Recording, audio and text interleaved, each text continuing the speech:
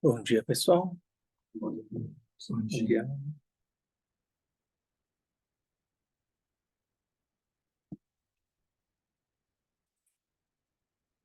Bom, pessoal, então hoje a gente vai avançar aqui algumas instâncias.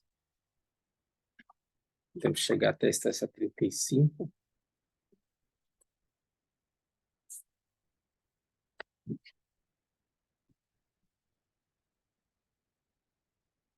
O texto do Django Control, Criação e Completude, que é o texto que a gente está estudando, né? Na semana passada, a gente viu em bastante detalhe a instância 31,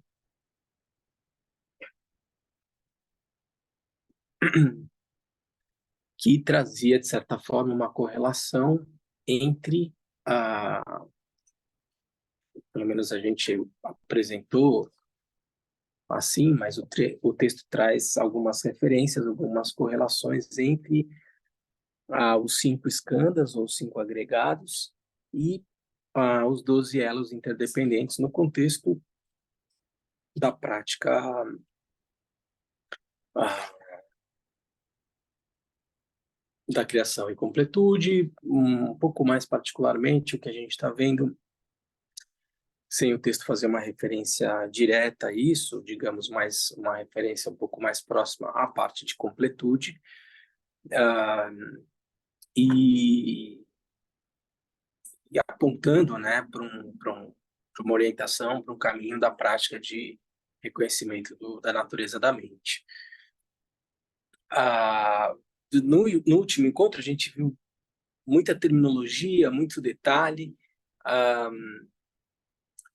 e eu falei, olha, a gente não vai dar tempo de fazer perguntas, a gente está com o tempo meio em cima, mas para quem tiver algum tipo de dúvida e tal, quiser fazer uma, né, assim, ver de novo o ensinamento que vai ficar gravado e trazer alguma dúvida, a gente pode esclarecer no nosso próximo encontro e depois avançar nas outras instâncias, né?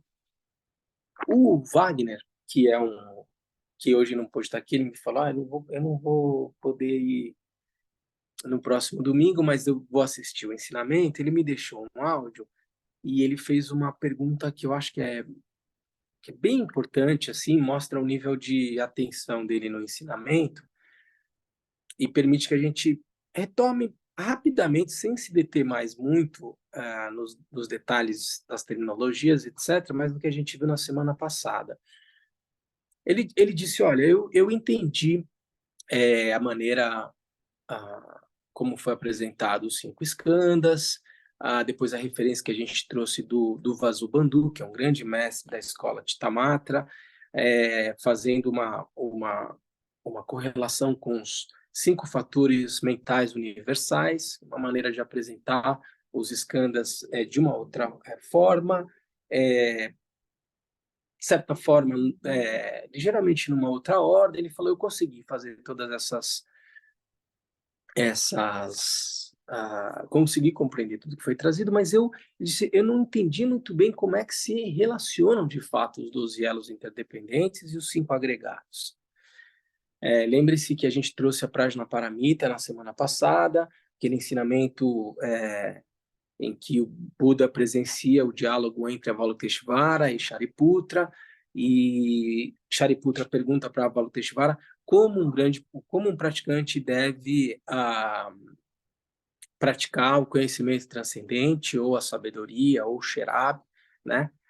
E, e o Shariputra, e a Avalokiteshvara vai dizer, um praticante deve ver assim, ele deve ver que a forma é o vazio é a forma não é nada além do que o vazio não é nada além do que a forma. Daí ele continua, assim como as sensações, as percepções, as formações mentais, as consciências são vazias, e ele começa a descrever o aspecto vacuidade ah, dos fenômenos compostos, e detalhando, de certa forma, ali o que seriam, portanto, esses 5 agregados, ou 5 escândalos, forma, sensação, percepção, formação mental e consciência. Daí a gente foi apresentando, ao longo da semana, do ensinamento da semana passada, um pouco outras maneiras, digamos, de apresentar isso, mas com a mesma essência. E fazendo essa correlação com os 12 elos independentes, porque a instância 31, vou passar bem rápido aqui, mas ela vai dizer, em suma, o nosso presente estado de neutralidade, a escuridão total da falta de lucidez, é o obscurecimento cognitivo da consciência base, da oitava consciência, né? No tibetano, ele vai usar Kushinamshe, né? Essa tradução aqui, quando ele fala em consciência base, o conceito em tibetano é Kushi Namshe. E quando ele está falando aqui em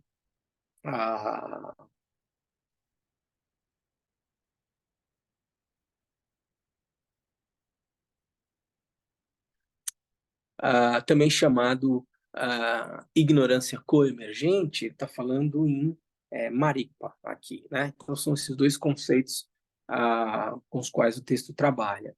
Aí o texto continua. Quando um objeto e o órgão sensorial se encontram, quando se vê uma concha marinha na estrada, num primeiro instante em que a forma é vista, é dito que a consciência visual é livre de conceitos. Então, estou falando em forma, aqui que é Zug, em tibetano, que é a mesma expressão que a gente vai encontrar lá na página Paramita do primeiro skanda, forma. No primeiro instante que a forma é vista, é dito que a consciência visual é livre de conceitos, né? Ele vai falar em Miche, ele vai fazendo com a referência à consciência visual. Mas devido a esse contato, aquilo que se denomina sensação ocorre. Então, está fazendo referência a uma forma de consciência aqui, está fazendo referência à sensação, Tsorwa, né, em tibetano, e então, se for uma concha branca e bela, o prazer mental e assim por diante. Nesse ponto, com o surgimento do apego e da aversão, dá-se a chegada da sétima consciência, né, aquela consciência perturbada que a gente chama, né? E o texto traz assim a noção de eu e tal. Daquilo que se denomina percepção, que é o, digamos, né, na forma clássica, o terceiro o agregado, no tibetano, do She, surge a formação, que é a formação mental, que é do Je, e assim por diante. Por meio dos outros, então ele fez referência aos 5 escanas, aí o texto continua. Por meio dos 12 elos interdependentes, gira a roda de existência do samsara. E aí o texto continua, né? Ainda que você tentasse bloquear a consciência visual e a consciência mental, elas não cessariam porque elas não têm o poder de acumular padrões habituais kármicos. Mas quando a consciência perturbada tiver finalmente assumido para uma pessoa comum, sem acesso à visão, meditação e ação, que a gente viu que são as 3 etapas da prática de reconhecimento da natureza da mente, padrões habituais impressos na base serão acumulados, é a forma de acumular o karma e daí por diante. Por essa razão, você deveria evitar estar sob o seu poder. A consciência instantânea é aquela que conecta todo esse processo, que dá o senso de aglutinação, de forma semelhante à força da água. Se você compreender a importância dos 8 grupos dessa forma, os 8 tipos de consciência, que é a maneira de descrever a consciência, digamos, iludida, né? Que o texto vai chamar, a gente sempre volta para não... Namshe Tsogyé, né? Que está na instância 26, então ele está dizendo, se você compreender a importância dos 8 grupos dessa forma e for hábil em colocá-la imediatamente em prática, você cortará a relação de dualidade dos 6 grupos e seus objetos, né? Falando aqui das 6 formas de consciência, e então 6 objetos dos sentidos não terão o poder para atrapalhar a meditação. Então, praticamente vai permitir que o aspecto claridade da mente se manifeste naturalmente, vai sentir cheiros, vai ver forma, vai sentir emoções e daí por diante, mas vai ser capaz de, reconhecendo a natureza da mente, permitir que tudo isso se manifeste sem perder o reconhecimento da natureza da mente em si, e podendo fazer a sua prática sem, de certa forma, acumular karma e se deixar levar pelas distrações. Então, essa era a instância 31, e aqui no meio, então, como eu mencionei para vocês, o texto mencionava os 5 agregados, né? Então, daquilo que o finalzinho daquilo que se denomina percepção, surge a formação e assim por diante. 2 pontos. Por meio dos 12 elos interdependentes, gira a roda de existência do Sansara. Então há essa correlação, digamos, dos 5 skandhas com os 12 elos interdependentes. E o Wagner perguntava, enfim, eu entendi tanto dessa apresentação, mas eu não entendi direito como é que se dá essa correlação. Ele está mencionando os skandhas, ele faz uma citação dos 12 elos interdependentes, mas como é que se dá essa correlação mesmo? E é uma pergunta atenta aqui, né? Então, para a gente rápido recapitular o que a gente viu na semana passada e poder avançar, o que eu acho que é importante responder para o Wagner e para todo mundo, né, que acompanhou esse ensinamento? Eu acho que a primeira coisa que a gente pode dizer, em termos de correlação, de como se relacionam 5 skandhas e 12 elos interdependentes, é, é que ambos esses conceitos, né, eles se relacionam com um funcionamento, digamos, delusório e, alguns vão dizer, né, impuro, mas delusório da mente. Então, quando a gente está falando em 5 agregados e 12 elos interdependentes, a gente está, de certa forma, descrevendo aspectos manifestos da mente que, em geral, são tomados de uma maneira delusória e que acabam consubstanciando a experiência de realidade que a gente tem delusória e que, de certa forma, consubstanciam o samsara, né? Se eu sou capaz de perceber a natureza de cada um, a natureza última de cada um desses 5 agregados e a forma como se desabrocha todos esses episódios que são descritos como sendo os 12 elos interdependentes do samsara, se eu reconheço fundamentalmente a natureza última desses aspectos manifestos da mente, eu sou capaz de transcender essa experiência delusória do samsara e, portanto, transcender essa noção de insatisfatoriedade, de sofrimento associado ao samsara. Então, acho que talvez essa primeira maneira, primeiro aspecto que a gente pode mencionar, né? 5 skandhas, 12 elos interdependentes, eles se relacionam, de certa forma, a uma descrição, digamos, mais imediata e delusória da realidade. O que o Avalokiteshvara vai descrever é que, se você for capaz de reconhecer que a forma é o vazio é a forma, assim como a sensação, a percepção, a formação mental e as consciências são vazios de uma existência inerente, você está praticando a sabedoria. Essa é a maneira por meio da qual os grandes praticantes alcançam o estado de Buda. E os 12 elos interdependentes é aquela cadeia, aquela sucessão de episódios, digamos assim, que descrevem o ciclo de renascimento do samsara, né? A gente já viu aqui, o primeiro dos elos interdependentes é a ignorância coemergente, né? Que o texto aqui vai falar em Marikpa, a expressão também no tibetano é Marikpa. O segundo, e aí eu já acho que a gente começa a trazer uma segunda resposta para o que o Wagner perguntou. O segundo elo interdependente são as tendências habituais ou impulsos kármicos, né? Que no tibetano a palavra é duje, como sendo o segundo elo interdependente, e que também é a mesma expressão que se usa para o quarto agregado. Então, olha as correlações que a gente vai fazendo aqui. Agora, o que é uma coisa interessante a gente revisitar, que foi falado na semana passada e que eu acho que vale a pena a gente trazer aqui? Quando a gente está fazendo essa correlação dos 12 elos interdependentes e dos 5 agregados, quando a gente está descrevendo os 12 elos interdependentes, a gente está descrevendo uma incapacidade de conhecer a realidade tal como ela digamos, inaugurante, vamos dizer inicial, e trazer uma noção de início e fim para as coisas que são circulares no budismo, né? O conceito de samsara. Mas a gente está descrevendo aquela ignorância coemergente, aquele estado de opacidade. No momento em que, né, o ser morre, e até que essa consciência recobre algum tipo de atividade, né? fundamentalmente animada por por esses hábitos ou tendências, ou esses impulsos kármicos, ou formações mentais que são de vidas anteriores. Então, o sujeito morreu, fez, né, todos os elementos vão se dissolvendo. Eu já comentei isso na semana passada. Então, o elemento terra se dissolve em elemento água, que se dissolve em elemento fogo, que se dissolve em elemento ar.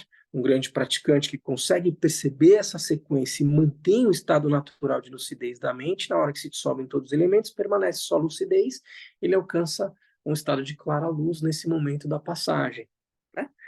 Em geral, a grande maioria das pessoas não tem esse nível de experiência de prática, então no momento que se dissolvem todos os elementos, essa consciência cai num estado de opacidade, que pode durar 3 dias e meio, em geral, mais, menos, enfim.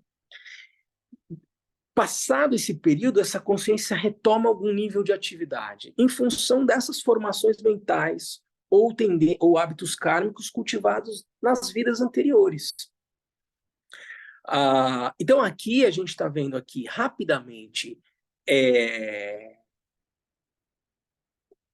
uma passagem que é muito rápida nessa descrição dos 12 elos interdependentes, que menciona aqui, por exemplo, um mesmo conceito, que é Duje, que é de formações mentais, ou impulsos kármicos, dependendo da tradução. E o Kalu Rinpoche, quando vai apresentar, e a gente leu isso na semana passada, quando vai apresentar os 12 elos interdependentes, ele menciona, ele diz, olha, em alguns casos, inclui-se a percepção e não fatores de percepção. Na semana passada eu mencionei, supondo que aqui houvesse um erro de tradução no livro, mas Kalu Rinpoche está fazendo referência a percepções. Ele diz, em alguns casos se pode incluir as percepções entre a ignorância e as formações mentais ou impulsos kármicos, né? Aqui, dizendo, no contexto da descrição dos 5 agregados. Então, se você quiser fazer uma breve associação entre 5 agregados e 12 elos interdependentes, você pode mencionar ali rapidamente, ele não faz referência direta a sensações, mas ele faz uma referência a percepções como sendo uma expressão muito sutil de percepções, impulsos kármicos, para logo em seguida mencionar consciências. Então, veja, fazendo uma breve associação a 5 agregados e os 12 elos interdependentes, colocando nessa ordem, como sendo, digamos, um breve ciclo, digamos assim, onde a gente pode encontrar, de certa forma, uma descrição desses 5 agregados contida na apresentação clássica dos 12 elos interdependentes. Então, aqui a gente pode fazer uma pequena correlação. Ele vai dizer, no contexto dos 5 agregados, a descrição do funcionamento do psiquismo influi antes do estado dos impulsos kármicos ou volições, aquele das percepções. É por isso que, quando se consideram as 12 causas interdependentes, veja, ele está no contexto dos 5 agregados, a descrição do funcionamento do psiquismo antes do estado dos impulsos kármicos ou volições, pode-se incluir aquele das percepções. É por isso que, quando se considera as 12 causas interdependentes, pode-se também intercalar as percepções entre ignorância e impulsos kármicos. Esses 3 primeiros elos da cadeia são comparáveis às 3 falanges de um dedo. O conjunto forma uma unidade cujos componentes podem ser separados ou agrupados. No presente caso, percepções e impulsos kármicos são reunidos numa mesma rubrica. Então, ele tá aglutinando aqui percepções e formações numa mesma rubrica. E logo em seguida, nessa descrição dos 12 elos interdependentes, já viriam as consciências, né? E aqui eu acho que vale a pena a gente mencionar também que, assim como o texto vai falar, né? O texto raiz vai mencionar, ainda que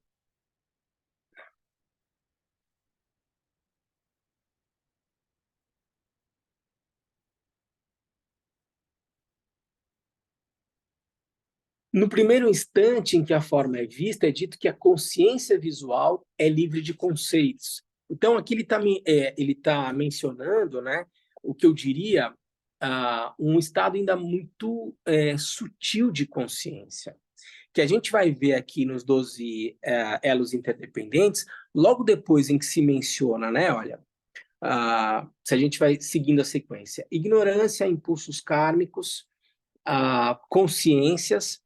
Daí vai se mencionar nome e forma, que o Kalu Rinpoche vai descrever o seguinte: sobre a base das consciências, ah, num estado ainda muito sutil de consciência, porque você precisa imaginar que esse contínuo mental, essa consciência, ainda não teve um outro renascimento.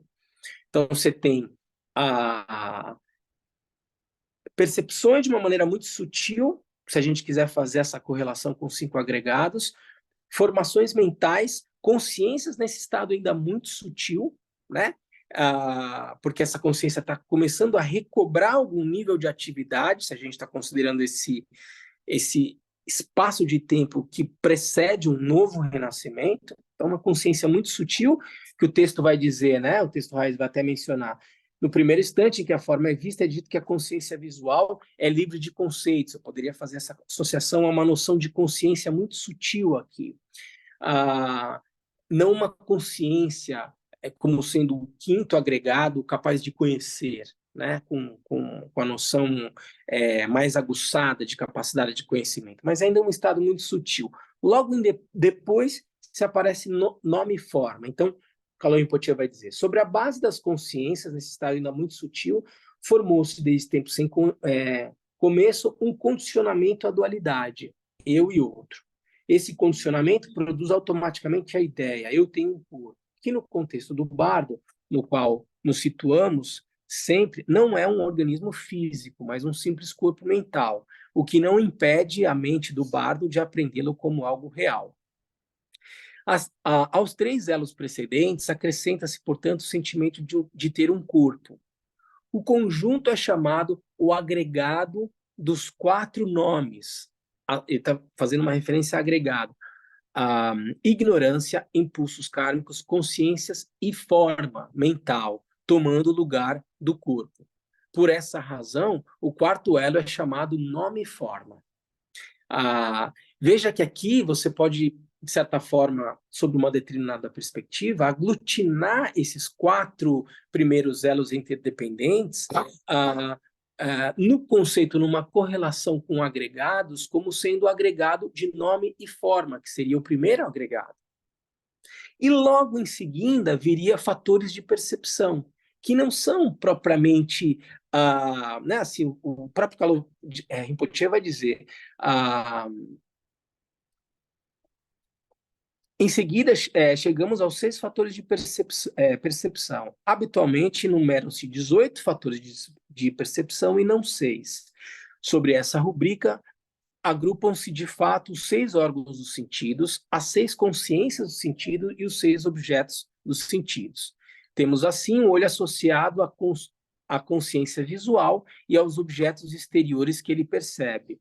O ouvido associado à consciência auditiva e aos sons, o nariz associado à consciência olfativa e aos odores, etc.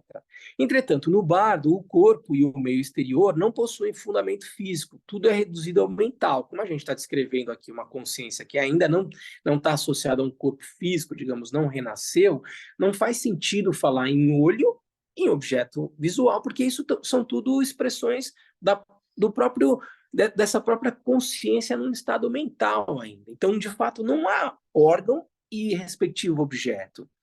Mas há digamos, essa expressão sutil do que seriam essas 6 consciências. E aqui ele está chamando de fatores de percepção.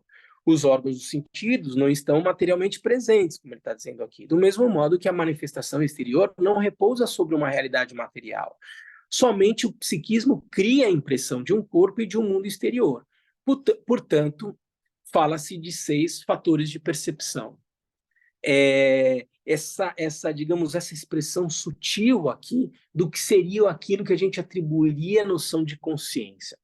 Então, se eu quiser fazer uma outra correlação aqui entre 12 elos interdependentes e 5 agregados, e eu pegar os 4 primeiros elos interdependentes e correlacionar com o agregado de nome e forma, como sendo o primeiro agregado, o segundo seria quando a gente faz aquela correlação trazida pelo Vasubandhu, de que o segundo agregado seria consciência, né? E não necessariamente sensação. Se eu fizer essa correlação entre os fatores de percepção e essa noção sutil de consciência, e foi isso que a gente fez relação no ensinamento da semana passada, eu conseguiria fazer essa correlação entre nome e forma, consciência ou associado à ideia de atenção como sendo uma faculdade da consciência, e aí depois eu seguiria com os demais elos interdependentes, que seriam contato. Veja como lá no ensinamento do Vasubandhu que a gente viu na semana passada, esse seria o primeiro agregado, né? Contato. Aqui a gente estaria percorrendo a ideia de nome e forma, agregando os 4 primeiros elos interdependentes e depois trazendo a noção de fatores de percepção como sendo um aspecto sutil da consciência. Daí viria contato, como sendo o sexto elo interdependente, e na sequência, sensação, desejo, apreensão, vir a ser, nascimento, velhice e morte, como sendo os 12 elos interdependentes subsequentes. E que, de certa forma, se a gente também fizer uma relação com os 5 agregados, faz sentido, porque a gente está falando aqui, na sequência dos 5 agregados, sensação, desejo, na perspectiva clássica dos 5 agregados, forma, sensação, percepção, formação mental e consciências, e na perspectiva dos 12 elos interdependentes, contato, sensação, desejo, apreensão, né? Aquele movimento em direção, que a gente descreveu nos 12 elos interdependentes, que na descrição do renascimento como humano faz com que essa consciência se conecte a uma matéria, vir a ser nascimento, velhice e morte. Então, respondendo, né, voltando para a pergunta do Wagner, eu acho que tem várias formas da gente fazer correlações entre os 5 agregados e os 12 elos interdependentes, às vezes seguindo, dependendo de como é feita a apresentação, às vezes seguindo a mesma ordem, às vezes com uma ordem ligeiramente diferente, como a gente viu na semana passada, mas demonstrando aqui um encadeamento de, digamos, experiências que faz com que uma mente que não é capaz de conhecer a realidade tal como ela é, portanto, marcada por essa ignorância coemergente, experimente a realidade a partir de uma lógica de sofrimento. São formas, como a gente viu, às vezes, diferentes de apresentar os 5 agregados, numa ordem, às vezes, ligeiramente diferente, mas apresentando uma sucessão de experiências que levam a esse tipo de resultado. Então, acho que a gente pode fazer essa correlação sem um rigor excessivo sobre a maneira como essas formas, como essas experiências se apresentam, mas como o próprio texto raiz apresenta, né, sugerindo aqui uma sucessão entre os 5 agregados e os 12 elos interdependentes, que tornam a experiência de um sujeito que não tem a experiência na prática de reconhecimento da natureza da mente, uma experiência de sofrimento, como é a descrição que a gente faz do samsara. Tá bom? São muitos conceitos interrelacionados, mas eu acho que é possível, sim, fazer essa correlação e, a partir dela, a gente começar a fazer um detalhamento, talvez um pouco mais direto do que seria a prática do reconhecimento da natureza da mente em si, mas a partir digamos, de uma descrição um pouco mais abrangente, que foi como a Kalu Rinpoche, Trangu Rinpoche fizeram quando apresentaram os ensinamentos desse texto. Tá bom? Então, essa era uma pergunta que o Wagner fez. Não sei se, de alguma forma, isso também responde algum tipo de dúvida, de questionamento que pode ter ficado no ensinamento da semana passada, mas eu fiz questão de trazer aqui, porque o Wagner não viria, sei que ele vai assistir a gravação, e talvez isso pudesse trazer algum tipo de esclarecimento para vocês também. Tá bom? Tudo bem, gente? Essa foi a pergunta do Wagner. Eu queria saber se alguém que está aqui tem alguma dúvida, alguém que está em casa também tem alguma dúvida do que a gente viu até agora, para a gente poder seguir nas instâncias seguintes, da 32 a 35. Lana, Oi, oi. Cidinha. Oi. Então, eu tenho uma dúvida, sim. Não sei se dá tempo de colocar. E Dá ela sim. está exatamente em relação a essa consciência no texto, né?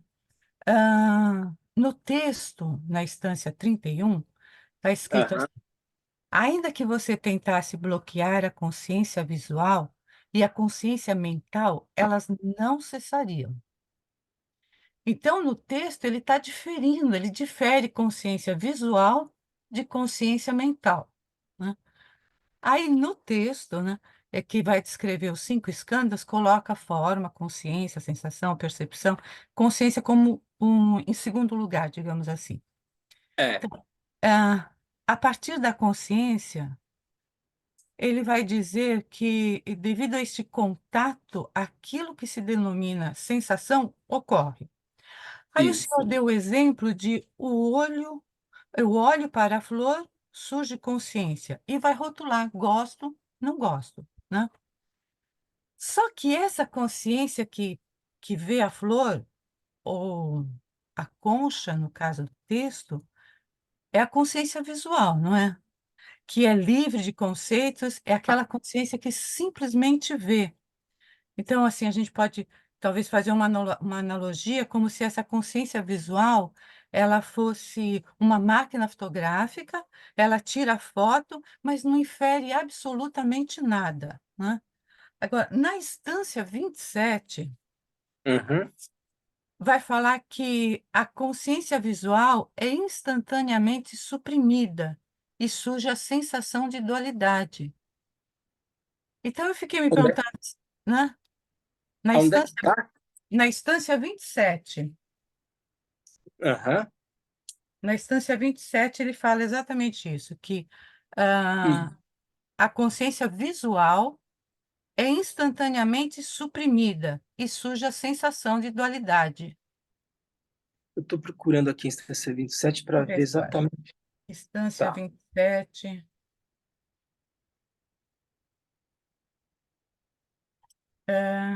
Que parágrafo que é? É quase no final, quase no final, que fala: a função da mente instantânea aglutina o processo, a consciência visual inicialmente emerge não iludida, tal, e assim vai.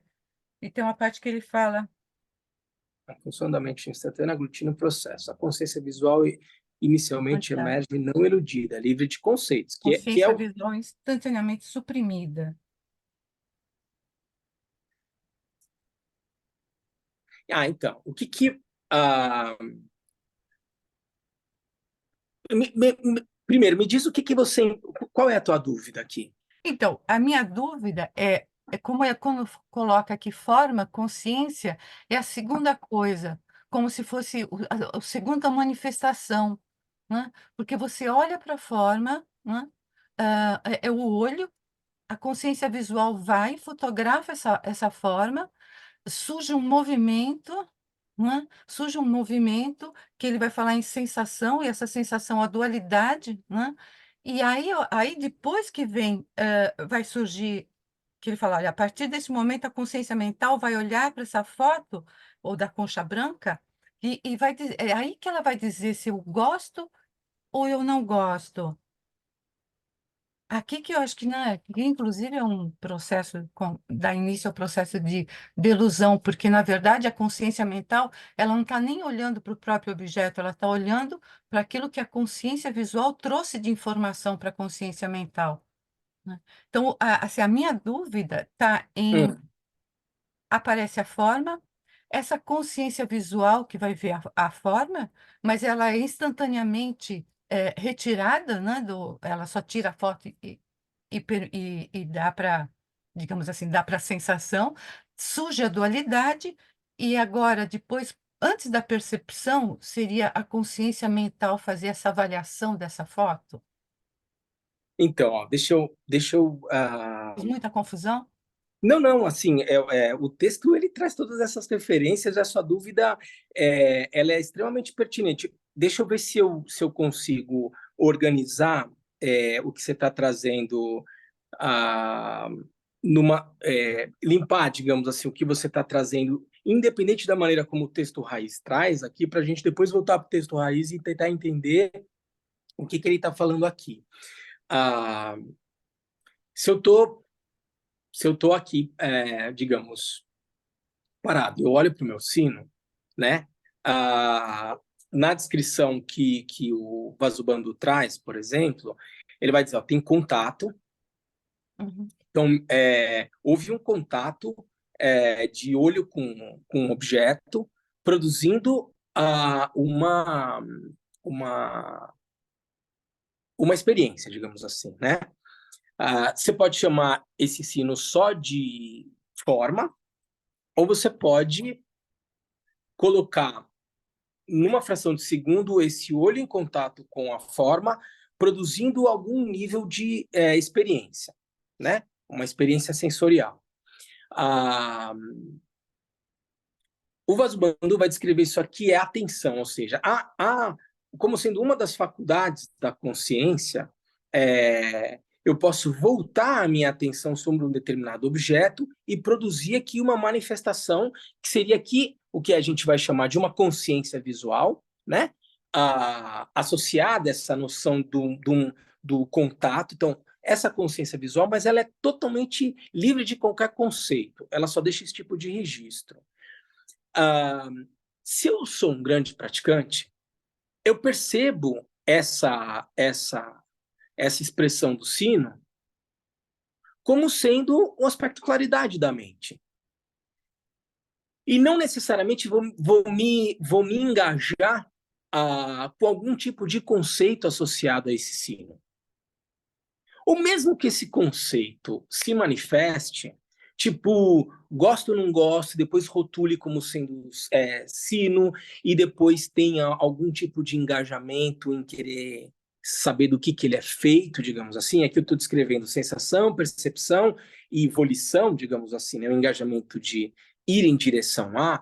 Mas veja, um grande praticante ele pode perceber toda essa sucessão de episódios, mas não se deixar levar por eles, reconhecendo a natureza última do que é essa experiência sensorial, forma se manifestando na mente, eventualmente rótulo que eu faço em relação a ele, mas tudo isso desprovido de uma natureza intrínseca, como sendo simplesmente o aspecto manifestação da mente, né? Em geral, o que vai acontecer? No momento em que o texto vai descrever aqui, no momento em que forma se manifesta, ou essa consciência visual do sino se manifesta, e que ela é não dual, ela é sem conceito, quando eu perco essa capacidade de lidar com essa experiência livre de conceitos e me engajo necessariamente num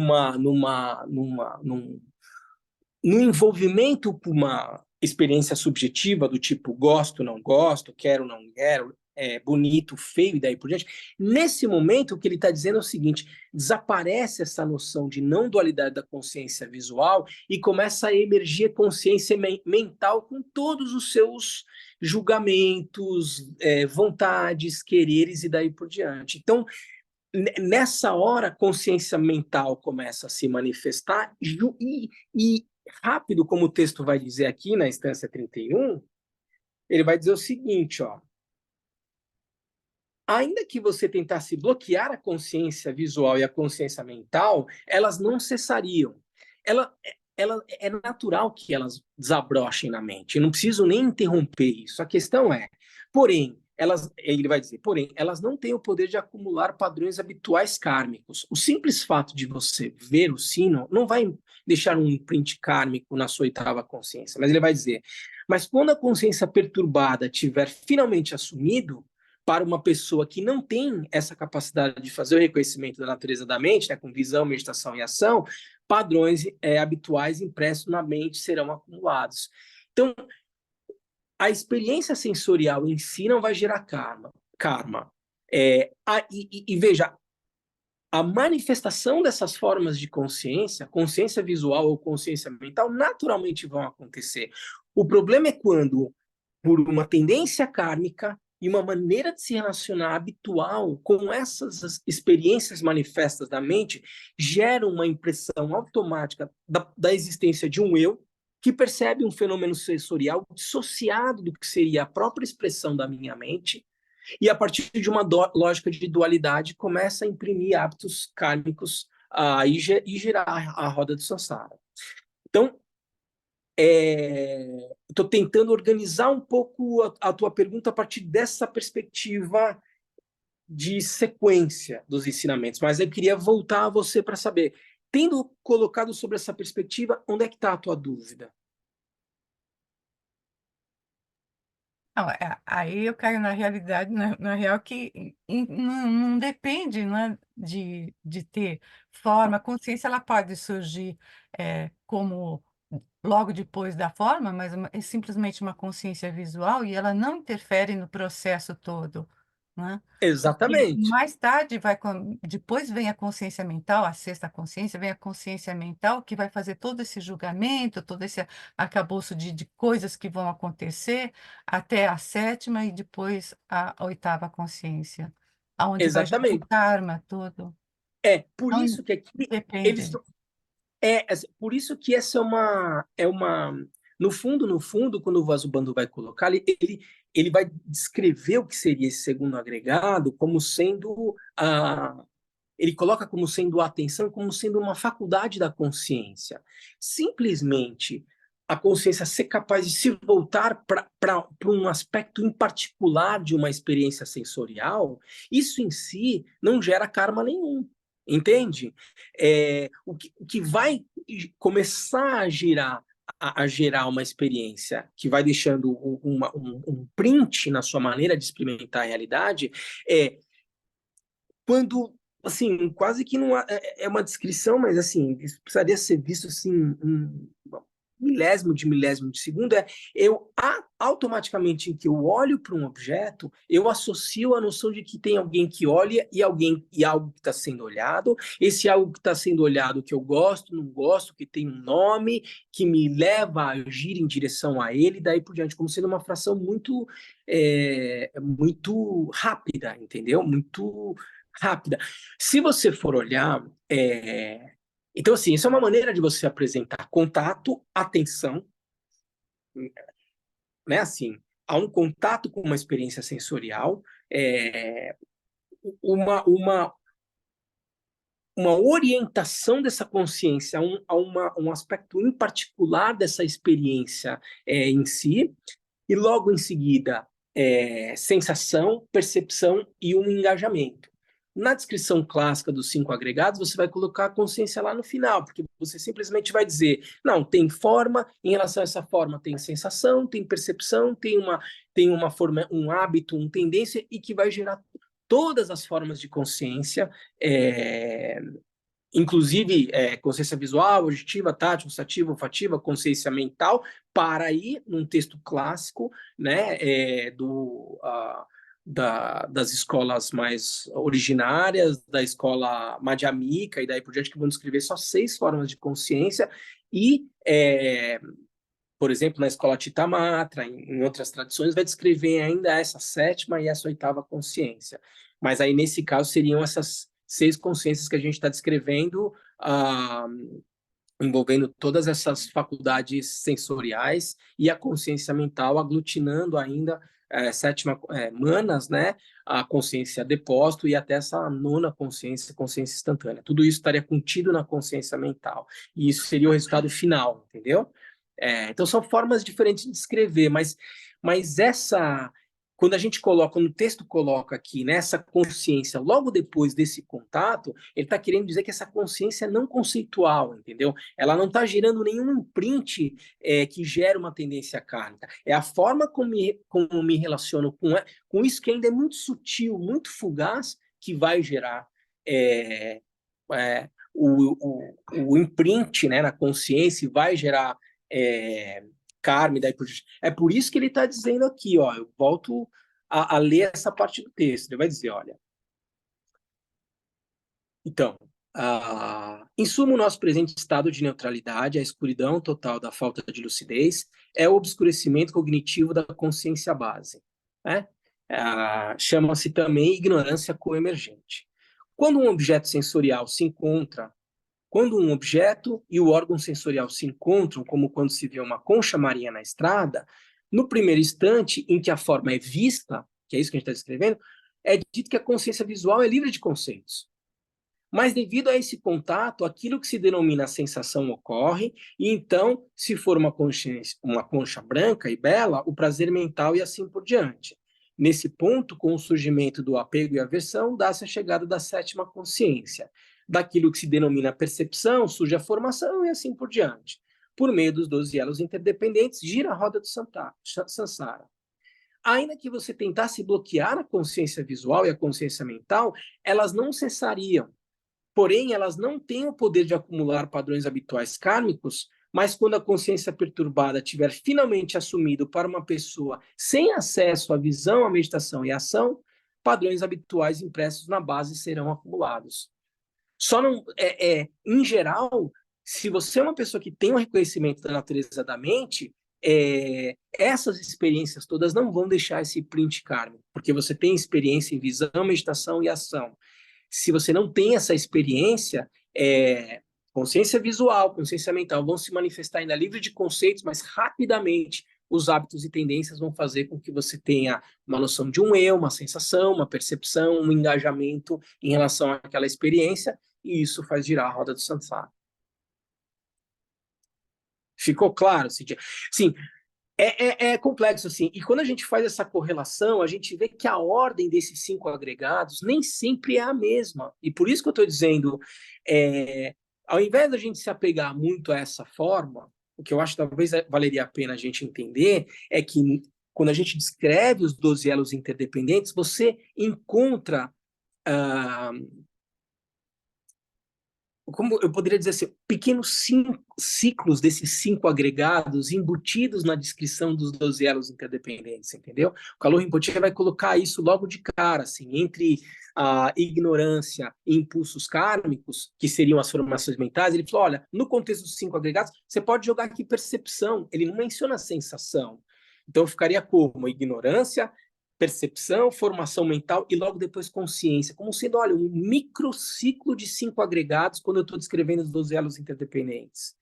Depois, quando você vai descrevendo a partir do 6º elo, né, nome e forma, fatores de percepção, como sendo essa expressão sutil da faculdade de consciência associado às nossas faculdades sensoriais, vem sensação, desejo, né? Sensação, desejo, apreensão, que seria a questão volitiva, vir a ser, nascimento. Veja que aqui eu estou descrevendo, talvez, de novo, que seria um certo microciclo de 5 agregados e tal. Aí, quando o sujeito nasce, né? Porque os 12 elos interdependentes, até chegar em nascimento, eu estou fazendo uma descrição dos 12 elos interdependentes de uma consciência que nem renasceu ainda. Aí, quando ela renasce, aí nós estamos num corpo físico, aí fica mais fácil enxergar os 5 agregados. Né, com o corpo físico, com os órgãos sensoriais, a maneira como me relaciono com os objetos, tomando a realidade a partir de uma lógica de dualidade, de novo fechando o ciclo, né, dos 5 agregados, a cada instante em que eu me relaciono com o fenômeno sensorial da vida. Entende? Eu estou aqui, eu olhei para o relógio, eu vou ter aqui um ciclo de 5 agregados se formando nessa fração de segundo. Depois, quando eu vou caminhar, da mesma forma. Então, perceba que os 5 agregados eles estão contidos quase que de forma instantânea em várias experiências da vida, do bardo do vir a ser, do bardo da morte, daí por diante. você vai identificar várias vezes esse microciclo aparecendo. E eu acho que essa é uma maneira que a gente pode se aproximar desses dois conceitos, dos 5 agregados e dos 12 elos interdependentes.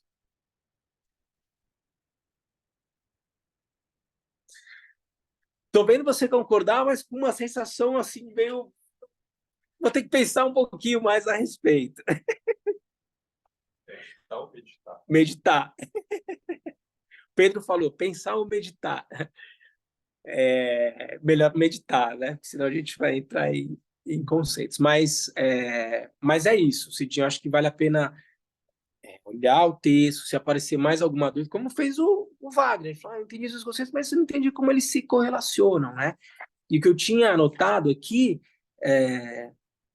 eu até coloquei, né? Portanto, o mais importante é entender que ambos, os 12 elos e os 5 agregados, descrevem o funcionamento de uma mente num modo delusório, e que esses ciclos se repetem, seja numa mesma ordem, ou não exatamente numa mesma ordem, né? Dependendo da forma de apresentação, etc., mas que se repetem em várias circunstâncias para o ser que ainda percebe a realidade de forma delusória, que não reconhece, não sustenta, não estabiliza e ainda não desabrochou o reconhecimento da natureza da mente. Então, seja nas diversas etapas, né, de uma existência, no bardo do Dharma, do vir a ser, da vida, no bardo do sono e daí por diante, a gente pode ver esses 5 agregados se manifestando e olhando numa perspectiva maior, como isso se apresenta quando eu considero os 12 elos interdependentes da forma de apresentar o samsara. Acho que assim a gente pode correlacionar. Tá bom?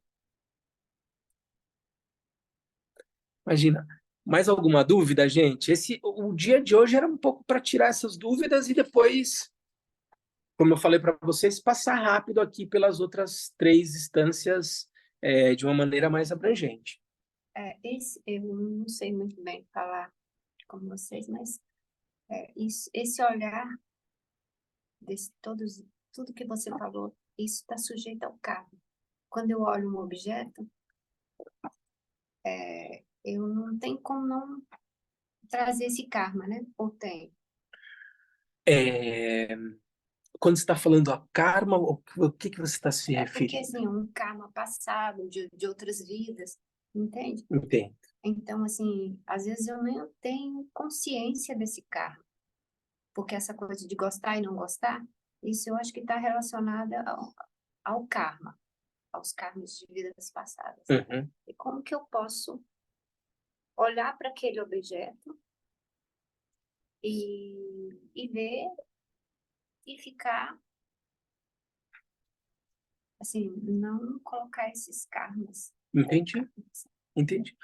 Entendi, sim. Sua pergunta é extremamente delicada e pertinente. Veja, ó, vamos trazer aqui algumas coisas que eu acho que são importantes. Quando a gente está falando em karma, a palavra, a gente metendo para karma, é ação, né? Então, a karma, essa ideia de karma está diretamente relacionado à ação, ao engajamento direto meu em relação às coisas que eu experimento na vida, né? Então, quando as pessoas falam assim, karma de vidas passadas e daí por diante, a gente está falando em hábitos e tendências que a gente cultivou ao longo de vidas passadas e que me fizeram agir, ação, né, karma, de uma determinada forma em relação àquilo que eu experimentei nas minhas vidas anteriores e daí por diante. Então, aí você chega a pergunta, como é que eu faço para hoje olhar para uma determinada experiência e não trazer todos os hábitos e tendências que eu cultivei ao longo de várias vidas e que vão, de certa forma, condicionar a maneira como eu me relaciono com essa experiência desse momento agora, de olhar para esse óculos e falar, nossa, esse óculos me remete à época que o pessoal na escola fazia muita graça com a minha cara porque eu usava óculos, por exemplo. Veja assim, né? Eu me relaciono a esse objeto, mas ele me remete a uma série de experiências anteriores, não preciso nem falar de vidas anteriores, Sim. mas a minha infância, assim, cara, eu não gosto de óculos, porque óculos me remete a bullying, a tiração de sarro, e daí por diante. Então, me deixa triste olhar para esse óculos. Olha, né, quanta coisa vem junto com essa experiência sensorial do meu olho entrando em contato com o objeto, tomando consciência, né? Forma, tomando consciência de uma... então, assim, ó, meu olho entrou em contato com o óculos. Eu posso dizer aqui forma, eu posso dizer contato. A minha atenção está voltada para ele, meu campo sensorial percebe um monte de coisa, mas eu voltei a minha atenção para esse óculos. Vem uma sensação de tristeza, um rótulo a óculos que me remete à tristeza, e eu quero tirar ele da minha frente. Então, eu estou associando aqui aos 5 agregados que eu estava mencionando, completamente condicionado à experiência da minha infância com óculos. Sim. E a tua pergunta é, como é que eu faço para olhar para esse óculos e simplesmente ver um óculos? Entende como é importante a tua pergunta? É isso que a gente quer fazer. Eu quero simplesmente perceber esse objeto e dissociar de qualquer hábito ou tendência anterior que me faça sofrer daí por diante, mas conhecer isso por aquilo que ele simplesmente é. Sim. Simplesmente óculos, ou num determinado momento, simplesmente perceber que isso aqui é a expressão manifesta da minha mente sem uma existência inerente. O que eu quero dizer com isso? Meu olho entrou em contato com o óculos e produziu uma consciência visual do óculos. Mas essa consciência visual do óculos está dentro, está fora. Onde? Causas e condições reunidas, produzindo um aspecto manifesto da minha mente. Consciência visual do óculos. Que em si não é bom, ruim, é simplesmente como eu faço para experimentar tudo aquilo que eu experimento na realidade, conhecendo os fenômenos ou compostos, as experiências sensoriais, por aquilo que eles simplesmente são. Se eu sou capaz de permanecer nesse estado de lucidez que simplesmente olha e não julga e daí por diante, mas não é um estado de consciência onde eu viro um alface, do tipo, eu não... Eu olho, eu posso eventualmente até, ao olhar para o óculos, perceber, me lembrar de uma memória lá de 5 anos no colégio, o pessoal usando, mas assim, se manifesta na minha mente óculos, se manifesta uma memória e daí por diante, e eu observo todo esse balé de experiências sensoriais, mental, visual na minha mente, e não me deixo levar por elas. Eu conheço, eu conheço o que elas de fato são, expressão da mente. No momento em que eu vou estabilizando isso e conhecendo a realidade tal como ela é, eu vou cultivando essa natureza da mente.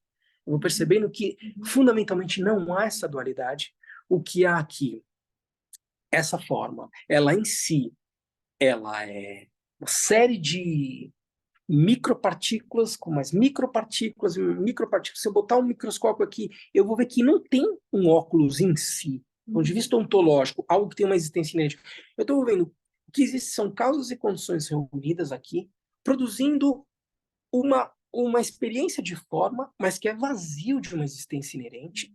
Então, isso que é um balé de cores, que parece que é denso, mas que quando a gente olha com o microscópio tem muito mais espaço do que matéria aqui. E depois, quando eu olho pela física quântica, isso cai, assim, isso foge da minha lógica. Então tem isso que parece ser uma forma, que quando entra em contato com isso que parece que existe mesmo, que é um olho e tal, mas que você também olhar é só uma forma, quando esses dois fenômenos compostos entram em contato, produzem aquilo que a gente chama de consciência visual. Bom, mas tudo isso é um balé de fenômenos se manifestando na mente. Essa mente, que é em si, como o Buda ensinou, vacuidade, mas ela não é um nada, não é uma visão nihilista. Apesar de haver uma vacuidade na forma, como o Buda fala, a forma é o vazio, o vazio é a forma, assim como sensação, percepção, formação mental e consciência são vazios, não há um nada. Ainda que haja uma vacuidade, há uma capacidade de manifestação na mente. Consciência visual está se manifestando na minha mente. Ou... que eu vou almoçar hoje? Um pensamento se manifestou na minha mente. Então, apesar dela ser vazia, há um aspecto manifesto na mente e uma capacidade de conhecer aquilo que nela se manifesta. Esse aspecto de ripa, essa capacidade de conhecer, e na pergunta lá da Cidinha, não está associado ainda direto àquela segunda consciência, né? Uma capacidade de conhecer, enfim, é só uma capacidade ainda de manifestação. Veja, tanto esse fenômeno que se manifesta na mente, ele é vazio, mas ele é manifesto, quanto há na mente uma capacidade de conhecer tudo aquilo que nela se manifesta. Então, quando você me faz a pergunta, como eu faço para não estar sujeitado ao meu karma, aos meus hábitos e tendências, as experiências da minha infância ou das minhas vidas passadas, daí por diante, é eu cultivar essa qualidade de permanecer num estado de lucidez da mente, conhecendo os fenômenos por aquilo que eles de fato são. E quanto mais eu cultivo essa qualidade de lucidez da mente, mais livre eu estou da força desses hábitos e tendências cultivados desde tempo sem princípio, e vou conhecendo a realidade tal como ela é. E o que a gente viu, e voltando ao ponto que eu abri e não fechei aqui, não é só uma capacidade de conhecer. O que a gente vai ver é que essa capacidade de manifestação da mente tem a essência da compaixão. Então, uma mente plenamente desperta, ela não só conhece a realidade tal como ela é, como ela se engaja naturalmente num propósito de cessação do sofrimento daqueles que tomam a realidade de uma maneira equivocada.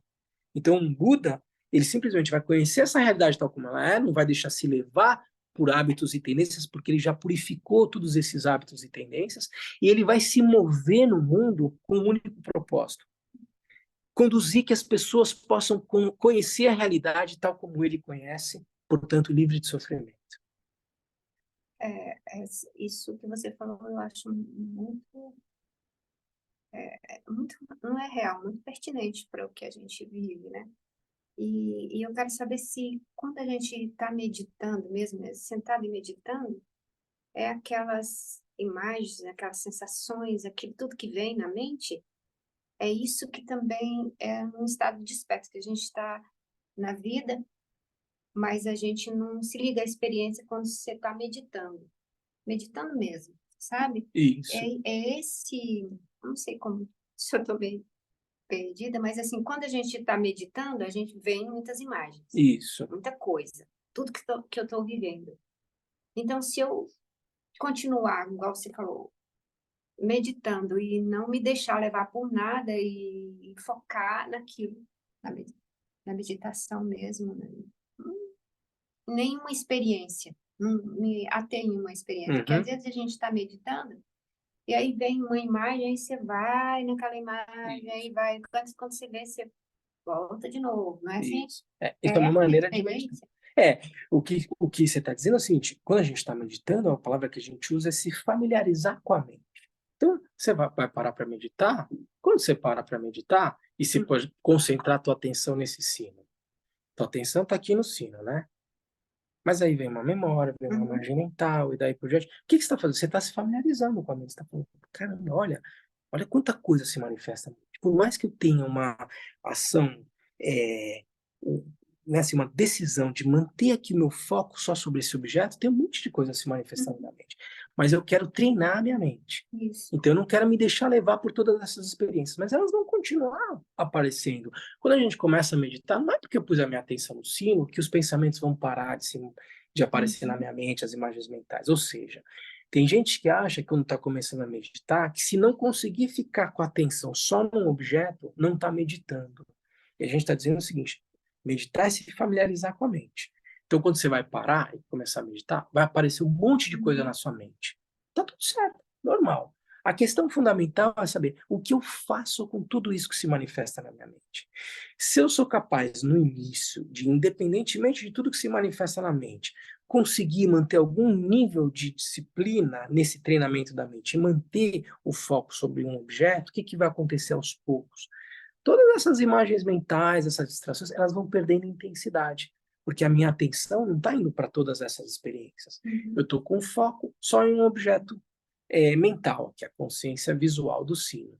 Então, aos poucos, essas distrações mentais, elas vão dissipando, elas vão cedendo.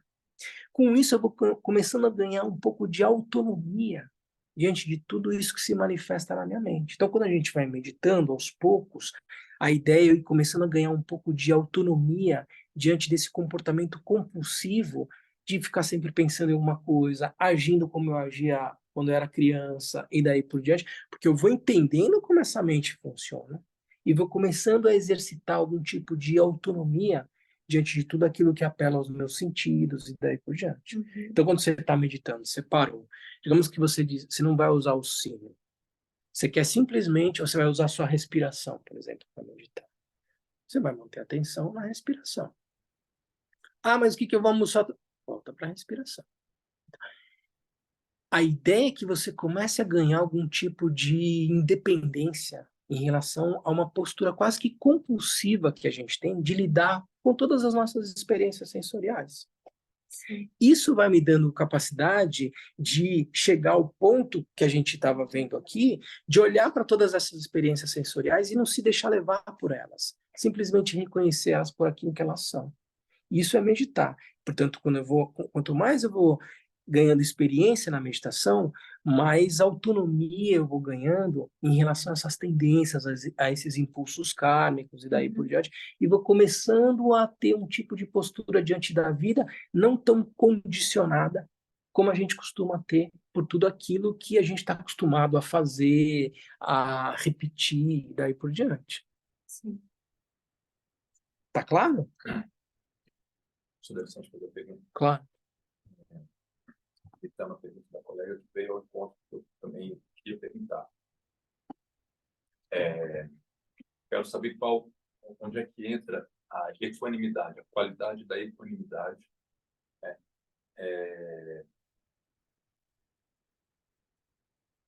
Nesse processo de reconhecimento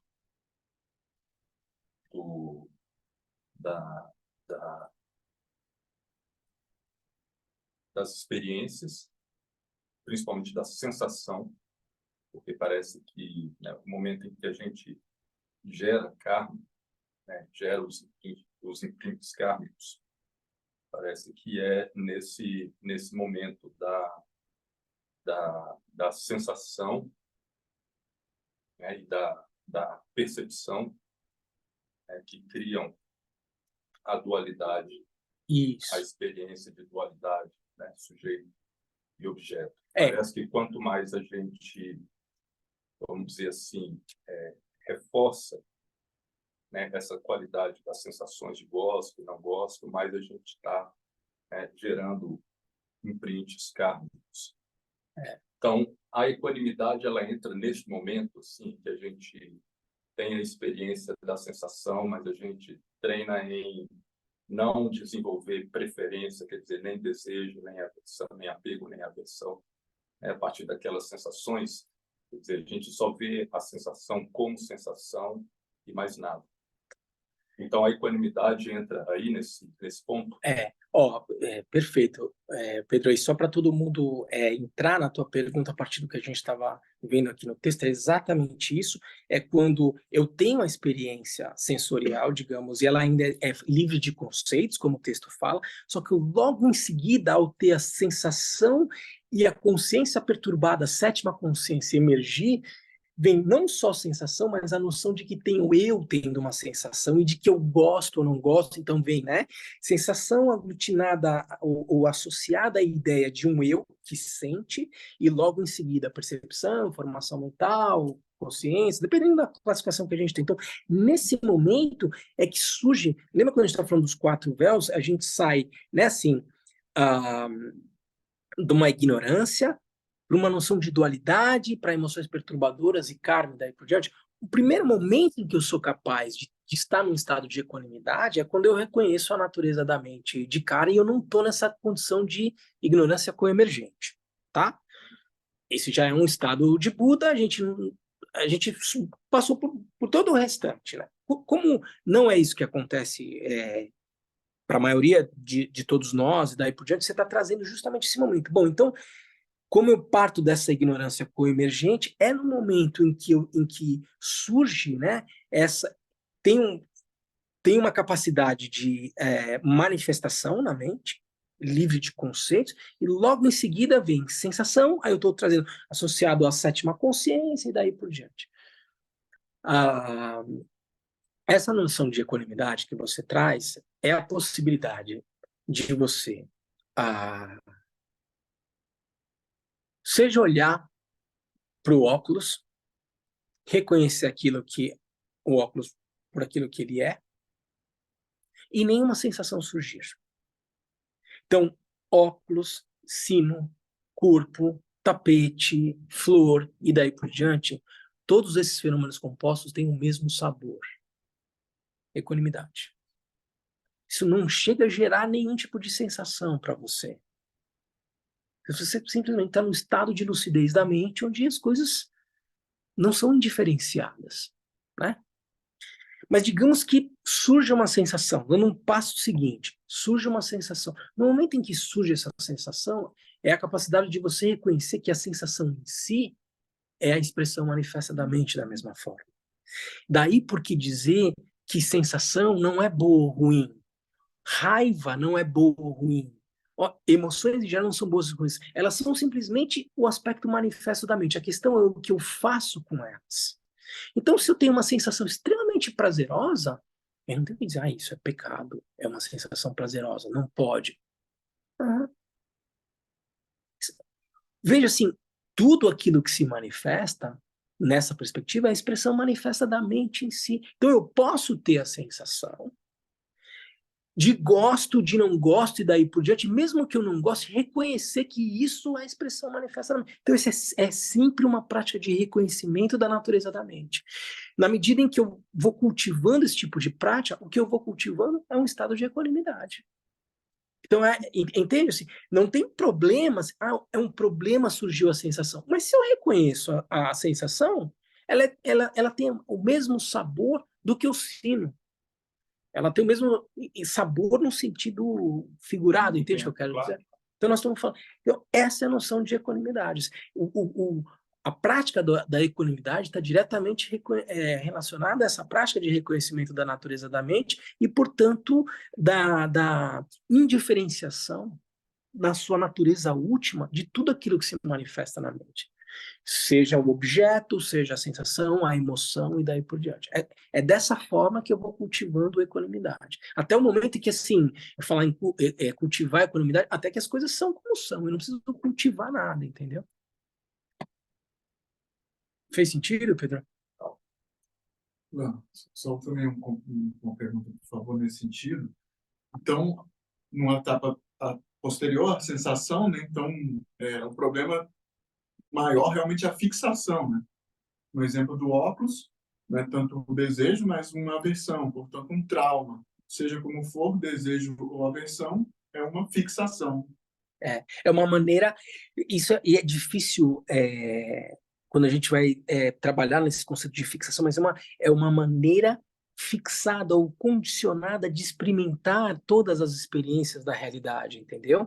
Que me faz com que, ao não reconhecer o caráter insubstancial dessas experiências, eu atribuo algum tipo de valor e tal, por conta de um condicionamento anterior, assim, né? Uma mesma experiência pode gerar uma sensação de prazer ou de dor para alguém, entendeu? Mas é porque eu tenho uma maneira fixada, assim, engessada de me relacionar à realidade e não percebo o caráter absolutamente fluido, insubstancial e, digamos, da mesma natureza de todos os fenômenos. Mas aqui a gente está fazendo uma descrição discursiva do que é algo que a gente precisa simplesmente ser, entendeu? Tem duas situações que eu fiquei refletindo ao ver tudo isso, rapidamente, que são, assim, fundamentais, que é a relação com a comida, que é algo muito habitual. Até aprendi recentemente que comer, em tailandês, no budismo Theravada, é a mesma palavra usada para apego, né? E pesquisas mostram que, de todos os vícios, né, um dos mais difíceis diz respeito a realmente a comida, né, a apreensão com a comida, que é o diário. E uma segunda situação, essa é a habitual. Uma segunda que vai ser única e é decisiva, que é a morte, né? Então, pensando tanto nos escândalos, né, diante da comida, né? Que é uma situação, né? E também diante da morte, né? Que aí nessas duas, uma diária e outra única, acho que todo nosso acumulado se faz presente. Agora, veja como é importante, né? Eu vou arriscar colocar sobre essa perspectiva, porque eu tenho certeza que vocês vão compreender. Agora, e veja como não é preciso nem temer nem a comida nem a morte. Simplesmente tomar por aquilo que essas coisas são. Veja, o Buda, quando estava para morrer, ele aceita a tigela da sujata. Porque a prática de ascese e de não alimentação levaria ele a morrer antes dele alcançar a iluminação. Então, assim, não tem problema a comida em si, a forma como eu me relaciono com a comida. Da mesma forma, a morte. Eu não preciso temer a morte. A questão é como eu me relaciono com a morte, entendeu? Não há um problema em si com a comida ou com a morte, que são esses dois aspectos fundamentais que você trouxe como sendo aspectos de apreensão fixada e daí por diante. A perspectiva budista, eu posso abraçar tudo. Não há uma rejeição especificamente a nada. A questão é como eu me relaciono com comida, com morte e daí por diante. Se eu tenho uma relação saudável com a comida e percebo que eu preciso dela para sustentar o meu corpo, não tem nada de errado com isso. E isso eu extrapolo para todas as experiências da vida, entendeu? Como é que eu faço quando eu tenho um sentimento de raiva? Como eu, de uma maneira sábia, aproveito a experiência irada para praticar sabedoria, justiça, amor, bondade. É difícil pra caramba, né? A mesma coisa a morte. Como é que eu faço para aproveitar o momento da morte para alcançar o estado de Buda? Como é que eu faço para aproveitar a relação sexual como uma prática em que eu posso alcançar um estado de consciência elevado? Não há rejeição a nada. A questão é saber como eu lido com essas experiências da vida. Entende? Gente, então, tendo respondido essas perguntas, eu queria rapidamente ler aqui para vocês 3 instâncias, porque a gente não vai se deter a elas agora, mas que vão trazer algumas descrições aqui importantes do caminho do praticante. A instância 32 vai dizer o seguinte: depois da gente ler toda a instância 31, ter ficado tanto tempo, né? Eu não vou ler a instância 31 de novo, mas vocês têm a instância 31 na mente. Ele vai dizer o seguinte: este é o início da prática de voltar os órgãos dos sentidos e suas respectivas consciências para dentro. A gente está falando das formas de consciência, dos elos interdependentes. Então, o texto vai dizer o seguinte: este é o início da prática de voltar os órgãos dos sentidos e suas respectivas consciências para dentro. Nesse momento, os sinais de que os 10 ventos sutis amadurecem são experiências de fumaça, miragens, eclipses e assim por diante. Ele está descrevendo sinais de prática. Quando eu volto à minha prática, né, de voltar os órgãos de sentido e as consciências para dentro, uma prática, digamos, de familiarização com a natureza da mente, olhar para dentro. Ele começa a descrever os sinais. Nesse momento, os sinais de que os 10 ventos sutis amadurecem são experiências de fumaça, miragens, eclipses e assim por diante. São as experiências que o praticante tem quando está praticando dessa forma. O poder das aparências reais é diminuído, e sem obscuridade, incontáveis deidades, esferas e assim por diante aparecem onde quer que você se concentre.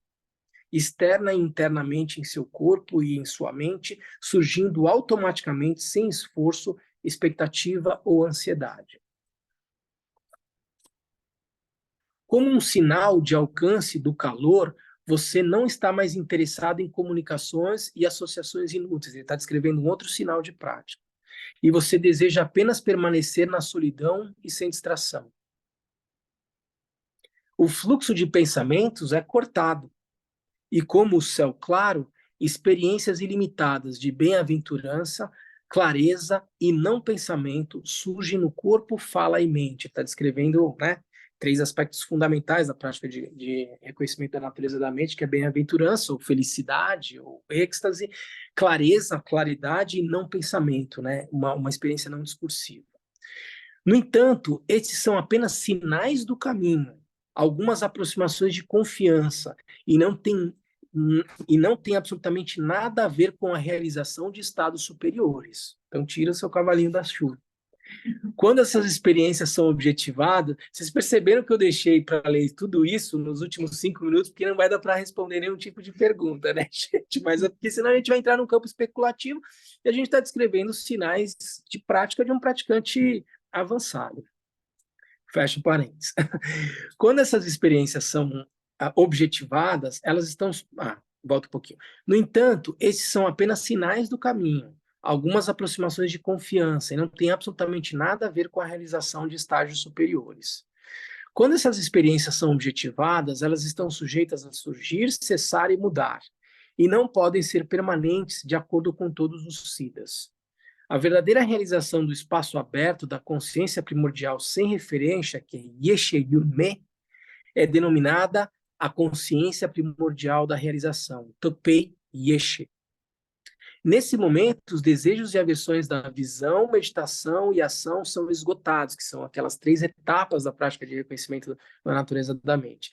E simplesmente se cai diretamente sobre a mente ordinária, né? Mente fundamental, com a convicção absoluta de reconhecer o que tem existido lá o tempo todo, como uma pessoa contente que terminou o trabalho, todo esforço é abandonado. Isso é a fruição final. Está descrevendo o estado final de Buda. A instância 33 vai dizer: aparências enganosas aparecem em variedade como não aparência. Embora aparentando aparecer, sendo essencialmente sem realidade, elas são vacuidade. Da própria mente, consciência luminosa sem fundamento, livre de bases, você não pode dizer nada em relação à existência ou não existência. Instância 34. Nos níveis mais elevados, aqueles do Mahayoga, a visão sublime é que a pureza total é inseparável da verdade do sofrimento. Quando o absoluto é realizado através da meditação nos 2 estágios, segue-se o que é relativo, que é sem fundamento e base, desaparece automaticamente. Portanto, todos os fenômenos do ciclo de existência do samsara, incluídos ambas aparência e mente, não têm realidade alguma, mas surgem de qualquer maneira. Quando isso é realizado, é a prova de que a escuta e contemplação alcançaram o seu propósito. Ele está descrevendo o que é a realização última. As muitas técnicas de criação e conclusão, ambas com ou sem visualização, como rejeitar, transformar ou descansar em aparências enganosas, são métodos purificadores, e é aí que o valor de toda a prática reside. Pensamentos de passado, presente e futuro são como ondas na água, nunca terminam. Sem os perseguir, qualquer que seja o suporte de concentração, o sábio dirige sua guarda de vigilância da atenção plena de novo e de novo, como um mestre artesão fiando o fio, não muito apertado ou muito solto, mas apenas o apropriado para o material. Entenderam essa instância? Todas as alusões de caminho do meio, da prática de repetição, né? Assim, os pensamentos vão continuar surgindo, mas eu vou fazendo a prática de reconhecimento da mente assim, pequena ao longo do dia, de momentos em momentos, né? Uma vez habituado a isso, a atenção plena irá ficar mais forte e as experiências progressivas de plena atenção surgirão. Não caia no chamado resíduo de mente ou consciência, o fluxo subterrâneo da mente ordinária, mas sim intensifique a clareza. Esse fluxo sutil pode ser mais prejudicial do que o torpor ou a dispersão. Você pode ter uma experiência de prática que parece ser digamos, não, o estado último da prática, mas isso é um fluxo subterrâneo da mente. Você precisa superar isso também, intensificar a clareza, reconhecer o que é esse fluxo subterrâneo. Porque se você se prende a essa experiência de prática, que é só uma experiência, você pode se desviar do caminho. Então, aumenta a sua clareza, porque esse tipo de fluxo sutil da prática ele pode ser mais prejudicial do que o torpor e a dispersão. Então, vocês vão vendo que o texto, a partir de agora, ele chegou até o ponto final da descrição do que é a fruição, e agora ele vai... Vocês vão ver, assim, que a gente tem, né, toda a metade do texto ainda para estudar, que o texto vai ele vai seguir em elipse. Às vezes ele vai até descrições da prática mais profunda, depois ele volta com descrições um pouco mais práticas do caminho do praticante, e daí por diante. Mas a gente já entra numa etapa do texto onde ficar descrevendo qual é o sinal de prática, é isso, aquilo, é entrar numa perspectiva discursiva que os professores não fazem, assim, né? Você precisa seguir a orientação de um professor qualificado para tirar as tuas dúvidas de prática, professor-aluno, diretamente, na medida em que seu caminho, a sua prática vai evoluindo. Você não fica fazendo uma discussão teórica sobre o que são essas experiências de prática e daí por diante, porque senão você acaba corrompendo a essência do ensinamento. Tá bom? Tudo bem, gente? Pessoal em casa, tudo bem? Tá bom. Tudo Gente, é bem. isso. Joia. Obrigada. Imagina. A gente vai, então, agora interromper, né, um pouco o estudo do texto. A gente vai retomar em junho, a partir da instância 36. A gente vai retomar um pouco os comentários do Trango Rinpoche e do Kalo Rinpoche, que, como eu falei, agora vão ser mais abrangentes. A gente vai ter um ciclo de estudos ainda desse texto em junho e um último em outubro.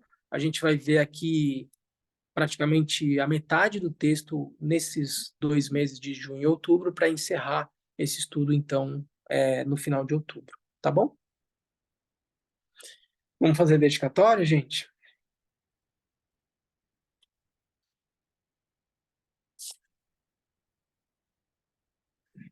Graças a essa virtude, tendo realizado rapidamente uma aventura, possa eu conduzir a esse estado todos os seres sem exceção.